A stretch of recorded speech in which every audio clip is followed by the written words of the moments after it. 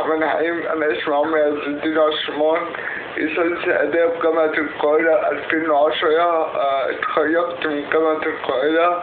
أنا من نسبة 5% بتاعة المعاقين. الحمد لله رب العالمين. أنا مش شايف نفسي معوق أو شايف أي عقدة. أنا أقولكوا يعني أنا ابتديت ازاي. أنا الحمد لله رب العالمين، ربنا اداني نعمة كبيرة، ولازم أقول الحمد لله رب العالمين على السريع والضياع. أنا ولا كنت بمشي ولا كنت بتكلم ولا أي حاجة. ممكن تعتبروني بيكلمكوا دلوقتي ده حتة ورقة ملهاش أي حاجة، بس ربنا سبحانه وتعالى بيقول لي الشيء كن فيكون، ونفخ في سورة الحمد لله رب العالمين. والخير يرجع، وكل الخير يرجع يتأتى ربنا سبحانه وتعالى في الأولى والآخرة. ثم أبويا وأمي وقريبي، أمي تعبت معايا وأبويا، وطبعا شافوني إن أنا معاق أو إن أنا مش عارف أتحرك. وكل الأطفال اليوم اتقعدوا معايا في سني مشوا وجروا، وأنا كنت مش عارف، بس قريبي كانوا عارفوني وساعدوني وراحوا بيا المستشفيات، راحوا عليا الدكاترة وقالوا لي لازم تتعلم ومش هنسيبك كده، ولازم في إرادة وفي حماس. الحمد لله رب العالمين. أنا الأول كنت شايف نفسي إن أنا متداوي، الناس بتضحك عليا، الناس تقول لي عبيط، كل الكلام ده كان بيتعبني نفسيا. بس لما دخلت الجامعة وشفت الناس وتعلمت الناس وشفت أصحابي وشفت زمايلي وشفت الحمد لله رب العالمين، ربنا سبحانه وتعالى ما سابنيش كده، وعوضني بحاجات كتير، وفهمت يعني إيه كلمة المعوق. في ناس بتلاقي المعوق حرام لما حد يقول لي حد معوق، لا ما بقاش حاجة.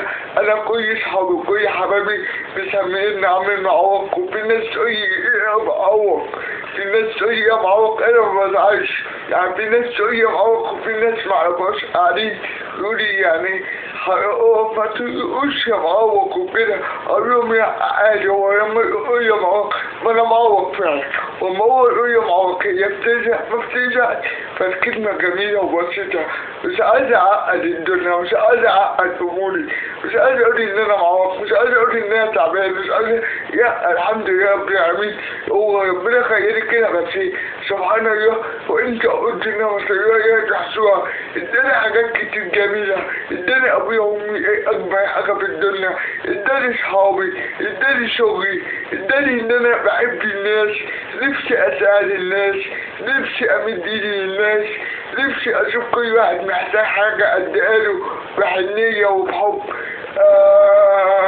أبدأ أقول بقى أنا عاجز، أنا تعبان، أنا معاق، أنا متكسح. مفيش الكلام ده، مفيش الكلام ده. أنا ربنا اداني عقل أفكر فيه.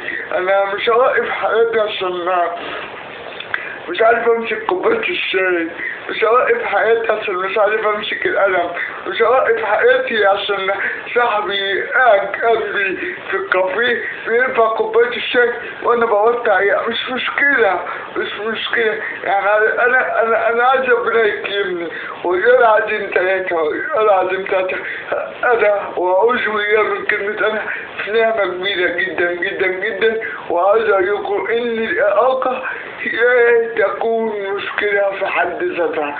الإعاقة هدية جميلة من عند ربنا، وكل واحد شايف نفسه تعبان مريض محتاج حاجة قولوا يا رب. ويا لازم ده ربنا بيحفظنا، وربنا بيكرمنا، وربنا بيستر معانا، وماشيين بدعوات أبويا وأمي، ويا رب يجعل في دوت. وكل واحد يعني ربنا لو سيتنا يجعله في ميزان حسنات مامتي وبابايا ومعايا كده في الدنيا وفي الآخرة. ربنا يديني وخليهم أسعد ناس في الدنيا كلها، لأن ما يشغلهم. والخير اللي أنا عايش فيه ده بتاعهم هم. الفضل كل الفضل يرجع لربنا، ثم أبويا وأمي، ثم صحابي وحبايبي هم عرفوني يعني إيه إعاقة. قعدت مع ناس كتيرة دكاترة وناس مهندسين، وقعدت وقلت لهم أنا يعني مش زعلان إن أنا معوق، يعني بالعكس أنا بخور ونقفشي كل الناس تقول يا عم يا معوق، ما حد يقول يا عم يا زدين، انا سويت عم المعوق. واي حد يزعل من الكلمه دي اقول يفكر فيها. الاعاقه دي مش اعاقه جسديه، الاعاقه دي اعاقه في المخ. احنا مش عارفين الغلط ومش عارفين الصح. عارف ده انا بقول انا معوق، انا معوق، انا عاجز، انا مش همشي في البيت. انا الحمد لله بعمل بمشي وبنزل وبتحرك وبقوم وبقعد وبروح الشغل وبلف الدنيا كلها. انا مش شايف نفسي في حاجه كويس، ونفسي الناس تسمعني.